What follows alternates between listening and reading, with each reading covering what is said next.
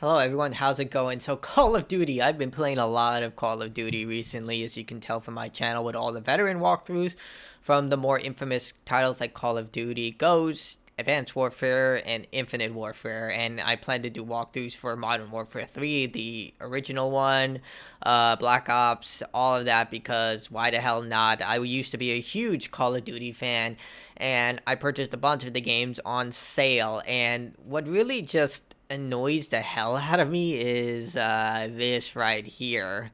So if you, I'll give you a second to notice why I'm so annoyed about this. So any guesses?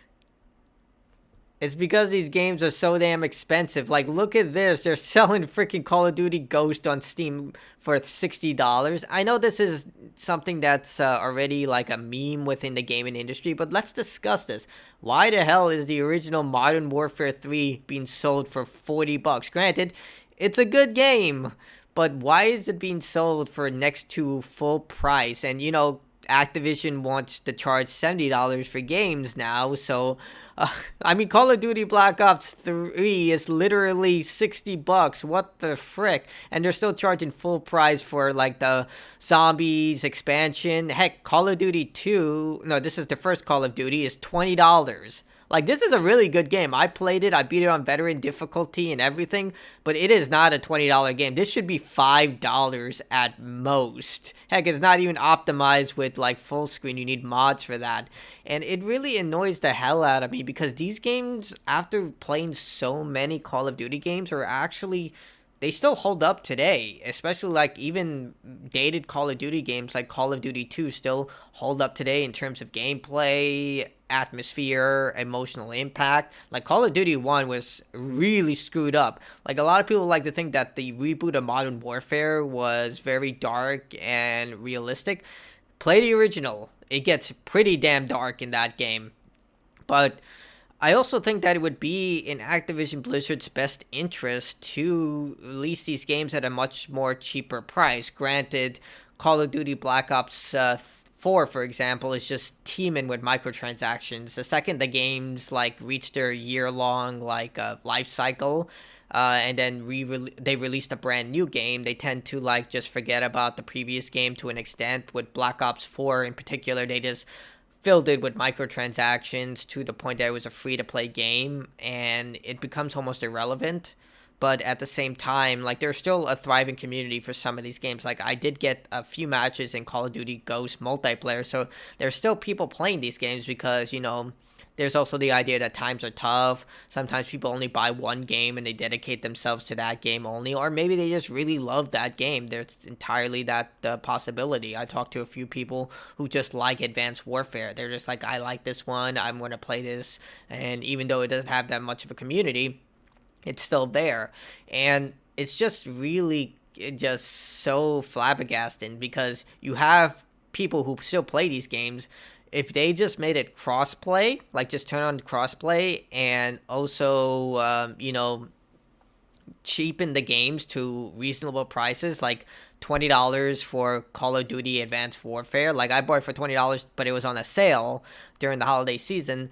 It could have like literally soared back into expectations. Yes, there are microtransactions, but combine that with an option for Warzone, and there it is. I know I'm probably being very corporate when I say this stuff, but it's also could create a thriving community within each of these Call of Duty games, because even with Infinite Warfare there are still like options for like Call of Duty 4 remastered and Call of Duty points and all this stuff. So I feel like it would be in the best interest for them to just lower the price of the game and maybe just add some quality of life feature. Granted, Bobby Kotick probably doesn't want that. They need to line the pockets of those executives while making sure their employees can't even afford food in cafeteria.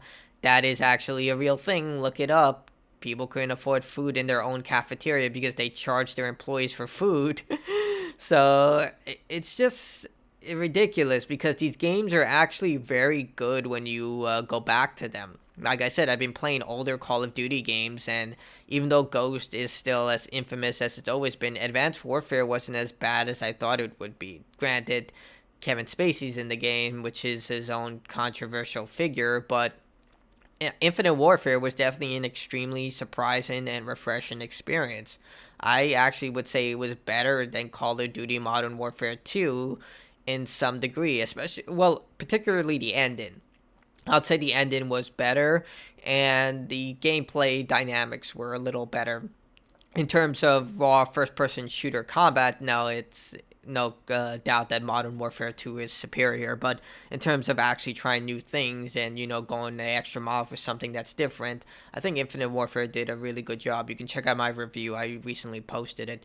But I really don't like what this is. And I know a lot of people again talk about it and saying how this is just stupid, but I really want to analyze and give actual constructive answers of how this could actually benefit Activision Blizzard if they just lowered the price, add some quality of life features like, combining all the microtransactions into one boat, where every one of these more modern games like say Black Ops 3 or no, Ghost and above have an option for Warzone there.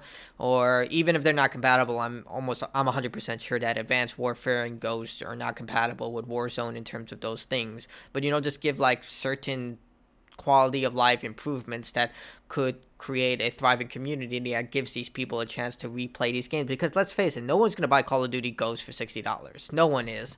And if you just give the option for a cheaper alternative, you can guarantee there are people out there who will buy the game just for pure content or just to see what's out there. But tell me what you think, because I think that it would be in the best interest of Activision Blizzard to just sell these games at a much more reasonable price, granted of how old they are.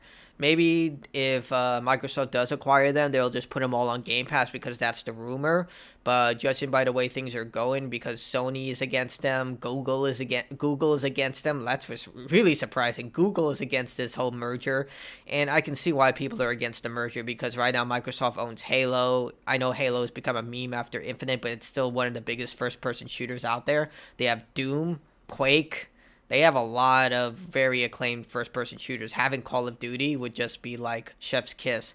So I can see what's going on there. But if they do get it, chances are it would just be put on Game Pass and, incentivize the service.